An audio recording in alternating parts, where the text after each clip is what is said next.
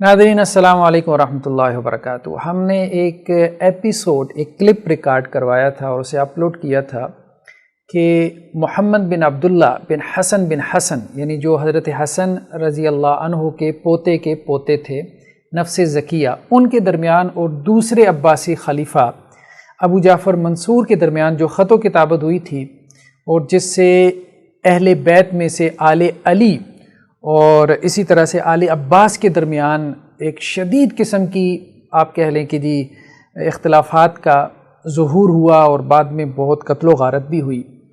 تو بہت سے دوستوں نے کہا کہ حافظ صاحب یہ خط و کتابت کہاں پہ موجود ہے، ہمیں اس کا PDF چاہیے۔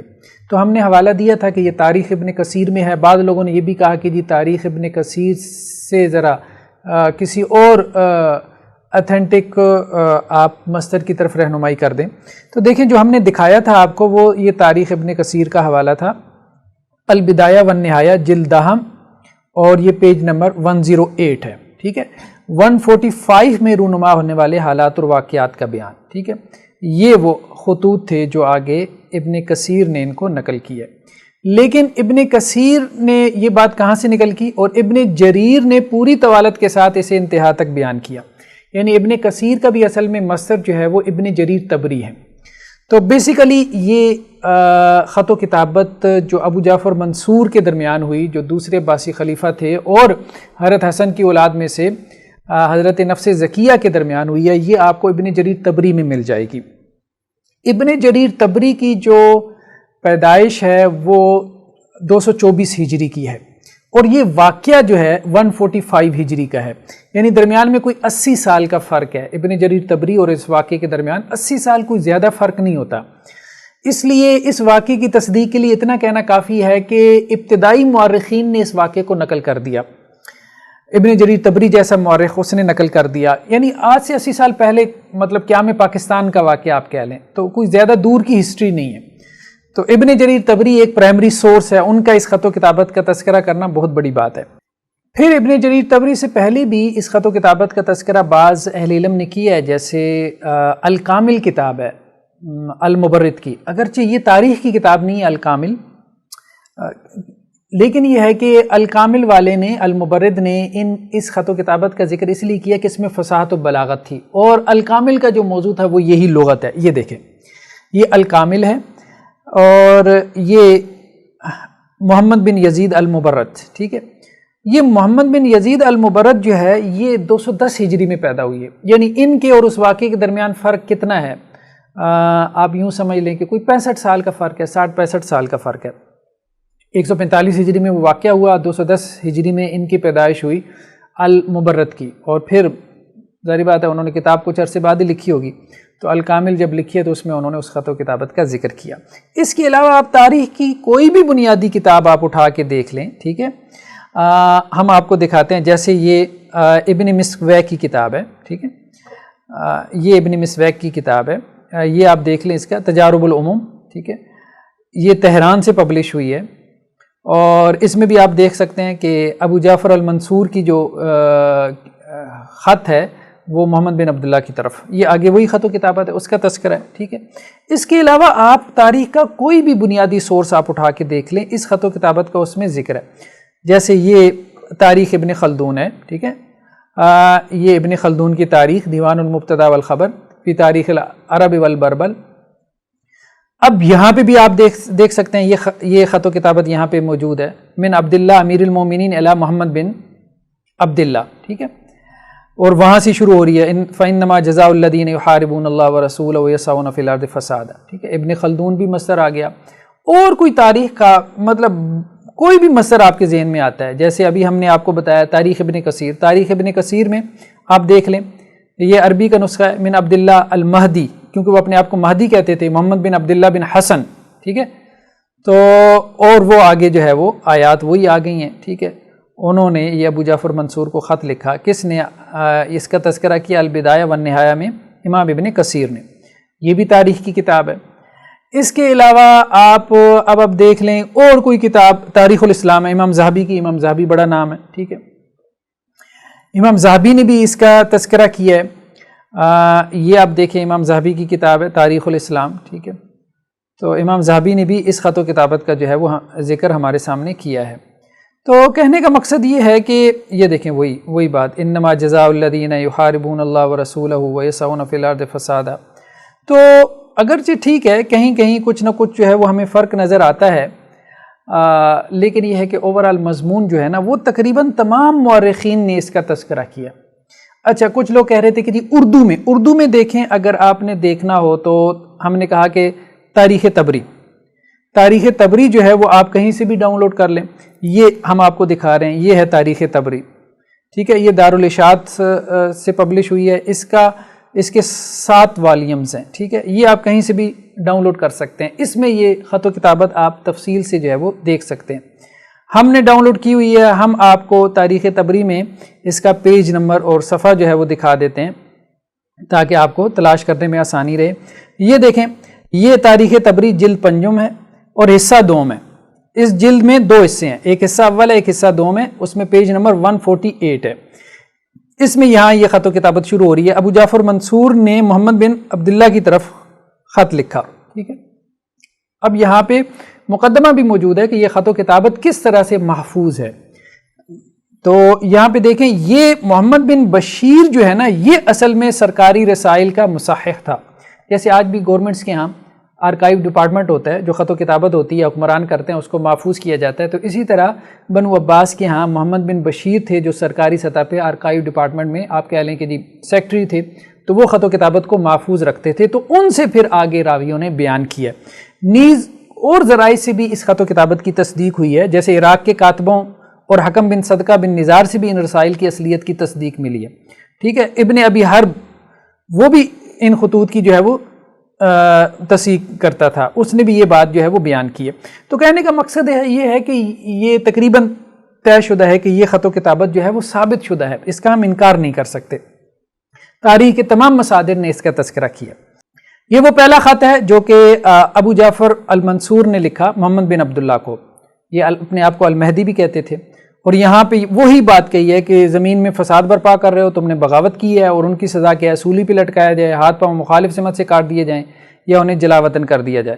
تو آگے چل کے وہی بات لکھی ہے کہ اگر تم جو ہے وہ توبہ کر لو، باز آ جاؤ، تو میں تمہارے خاندان والوں کو اور جتنے بھی تمہارے پیروکار ہیں ان کو جان و مال کی امان دیتا ہوں، اور تمہیں میں 10 لاکھ درہم بھی دوں گا، اور تمہاری تمام ضروریات پوری کروں گا، بس میری بیعت کر لو، اور کسی کو بھی کچھ نہیں کہوں گا۔ یہ ابو جعفر منصور نے پیشکش کی تھی حضرت نفس زکیہ کو، محمد بن عبداللہ بن حسن کو، حضرت حسن کے پوتے کو، کہ تمہارے لیے امان ہے، اور اگر تم ہتھیار ڈال دیتے ہو تو 10 لاکھ درہم تمہیں دوں گا، جہاں چاہے مرضی زندگی گزارنا چاہو، اور سب کے لیے عام معافی کا اعلان ہے، جیسے آج کل سٹیٹس کرتی ہیں۔ اس کے جواب میں پھر جو ہے وہ انہوں نے محمد بن عبداللہ نے خط لکھا۔ اس خط میں انہوں نے شروع میں وہ آیات بیان کی۔ اصل میں یہ بنی حسن کوئی 13 کے قریب تھے۔ اب پیچھے تاریخ تبری میں جا کے دیکھیں نا، ابھی حوالہ میں نے آپ کو دکھا دیا، تفصیل پیچھے جا کے دیکھیں۔ بنی حسن میں 13 کو انہوں نے قید و بند میں ڈال دیا تھا، ابو جعفر منصور اور عباسیوں نے، اور بڑا ظلم ڈھایا ان کے اوپر۔ تو اب ان کا سارا خاندان ایک طرح سے قید تھا۔ تو یہاں انہوں نے پھر آیات کا آغاز اس طرح سے کیا کہ فرعون نے بھی کیا کیا تھا، کمزور لوگوں کو دبا لیا تھا، ان کے بیٹوں کو ذبح کرتا تھا اور عورتوں کو چھوڑ دیتا تھا۔ تو ابو جعفر منصور نے اہل بیت کی عورتوں کے اوپر ہاتھ نہیں ڈالا تھا، بہرحال اتنا تو اس میں وہ غیرت تھی، لیکن یہ ہے کہ اس نے بنی حسن کے سارے جو ہے وہ مرد اٹھا لیے تھے، لیکن بنو حسین کو اس نے کچھ نہیں کہا رضی اللہ عنہما، کیونکہ اس کو انہوں نے پکڑنا چاہا تھا جب اس کے جو ہے وہ سپہ سالاروں نے، تو بنو حسین نے یہ بات کہی کہ بھئی ہم تو اب اس معاملے سے علیحدہ ہو گئے، ہمارا اس سے کوئی لینا دینا نہیں ہے، یعنی حکومت اور اقتدار سے، اور ہم تمہارے مطیع اور فرما بردار ہیں، ہمارے ساتھ یہ معاملہ نہ کرو۔ تو پھر ان کو چھوڑ دیا گیا تھا، لیکن چونکہ یہ بنی حسن تھے تو اس لیے ان سب کو اٹھا لیا گیا تھا۔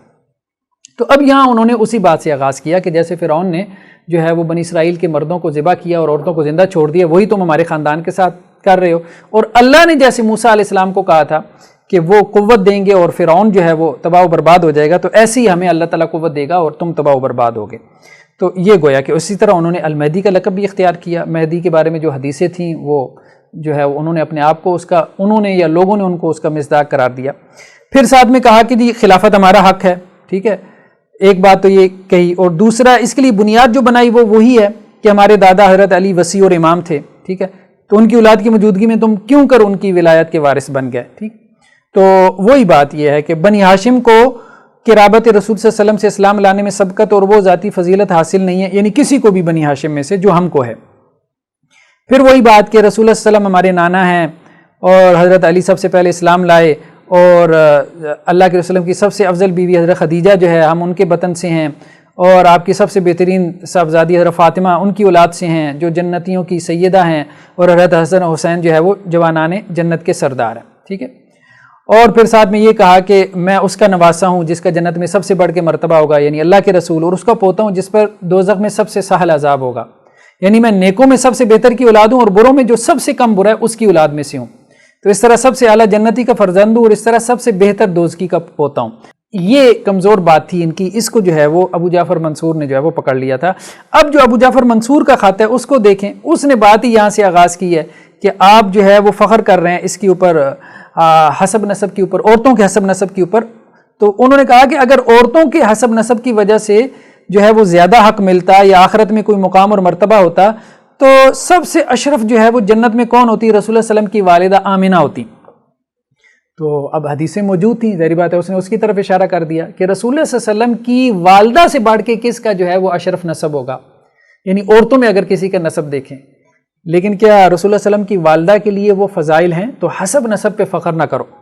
اس کے بعد اس نے دوسری بات یہ بیان کی کہ دیکھو اللہ کے نبی صلی اللہ علیہ وسلم کو مبعوث فرمایا گیا، اس وقت آپ صلی اللہ علیہ وسلم کے 4 چچا موجود تھے، وہی بات آ گئی، 2 چچا ایمان نہیں لے کے آئے، 2 ایمان لے کے آئے، جو ایمان نہیں لے کے آئے تو اس کو تانا دیا کہ ایک تمہارے دادا تھے ابو طالب تھے، اور اسی طرح ایک ابو لہب تھے، تو ہمارے دادا تو جو ہیں حضرت عباس وہ تو ایمان لے آئے، تو ہماری قرابت رسول صلی اللہ علیہ وسلم کے ساتھ زیادہ قریب کی ہے۔ اور اس کے بعد جو ہے وہ ساتھ میں آگے چل کے اب آپ دیکھیں کہ یہ بات بیان کی کہ تم اس شخص کی اولاد میں سے ہو جسے دوزخ میں سب سے کم عذاب ہوگا، ٹھیک ہے، تو ساتھ میں اس کا تانا دے دیا کہ یہ کیا بات تم کر رہے ہو، کفر میں چھٹائی اور بڑائی جو ہے یہ کوئی معنی نہیں رکھتی، اور اللہ کے عذاب میں کمی یا خفت جو ہے یہ کوئی معنی نہیں رکھتی، اس کے اوپر جو ہے وہ یہ تم نے کیا بات کر دی۔ پھر آگے چل کے وہی بات کی کہ تمہارا یہ جو دعویٰ ہے کہ تم رسول اللہ صلی اللہ علیہ وسلم کے بیٹے ہو کوئی حقیقت نہیں رکھتا، کیونکہ اللہ تعالیٰ نے یہ بات کہی ہے ما کان محمد ابا احد من رجالکم، کہ محمد صلی اللہ علیہ وسلم جو ہے وہ مردوں میں سے کسی کے باپ نہیں ہے، البتہ تم ان کی صاحبزادی کے بیٹے ضرور ہو، ٹھیک ہے، لیکن یہ رشتہ داری جو ہے وہ لڑکی کی نسبت سے، اور لڑکی کی نسبت سے بڑا امامت ملتی ہے، تو یہ انہوں نے بات کہی ہے کہ لڑکی کی نسبت سے امامت نہیں ملتی۔ اور اس کے بعد انہوں نے کہا کہ اللہ کے رسول دنیا سے چلے گئے اور حضرت شیخین کو جو ہے وہ فضیلت دی گئی۔ پھر ساتھ میں کہا کہ حضرت علی کی وجہ سے تم نے ہم پہ اپنا فخر جتایا کہ وہ سب سے پہلے ایمان لائے تھے، لیکن یہ بتاؤ کہ اللہ کے رسول صلی اللہ علیہ وسلم نے اپنی زندگی میں حضرت علی کو چھوڑ کے دوسرے کو امامت جماعت کا حکم دیا تھا، یعنی حضرت ابو بکر کو، تو اللہ کے رسول صلی اللہ علیہ وسلم تو حضرت ابو بکر کو اپنے وقت میں اپنی زندگی میں مصلی کے اوپر کھڑے کر کے چلے گئے تھے، تو کیسے تم کہہ سکتے ہو؟ پھر کہا کہ جی حضرت ابو بکر کے بعد حضرت عمر خلیفہ ہوئی ہے، پھر حضرت عثمان آئے، 6 بندوں کی کمیٹی بنی، اس میں بھی حضرت علی کا انتخاب نہیں کیا گیا، تو اب یہ بیان کر۔ پھر جب حضرت علی جو ہے وہ خلیفہ بن گئے تو ان کی خلافت میں اختلاف ہو گیا،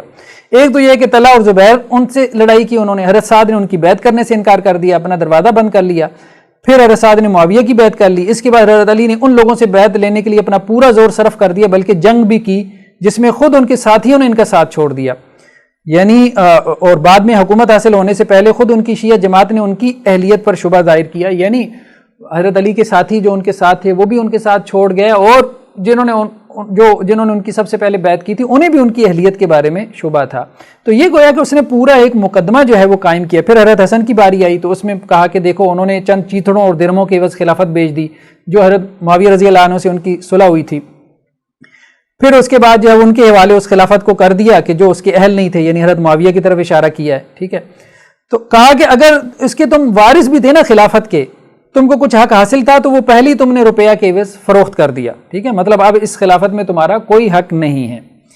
پھر حضرت حسین بن علی کا تذکرہ بھی کر دیا، ٹھیک ہے، کہ یزید کے مقابلے میں انہوں نے خروج کیا، لیکن جمہور نے حضرت حسین کے خلاف جو ہے وہ یزید کا ساتھ دیا، یہاں تک کہ انہوں نے یعنی جمہور نے ان کو شہید کر دیا اور خود ان کا سر لے کے یزید کے پاس حاضر ہوئی ہے۔ پھر تم نے بنی امیہ کے خلاف خروج کیا، مگر انہوں نے بھی تم کو بری طرح قتل کر کے کھجوروں کے تنوں پہ سولی دے دی، تم کو آگ میں جلایا اور اپنے تمام علاقوں سے نکال دیا۔ اب آپ دیکھیں کہ یہ سارا ایک مقدمہ قائم کر رہا ہے، اور پھر اس کے بعد کہا کہ جی تم نے اپنے دادا کی جو فضیلت کا ذکر کیا حضرت علی کا، تو ہم حمزہ، عباس اور جعفر کو ان سے افضل سمجھتے ہیں،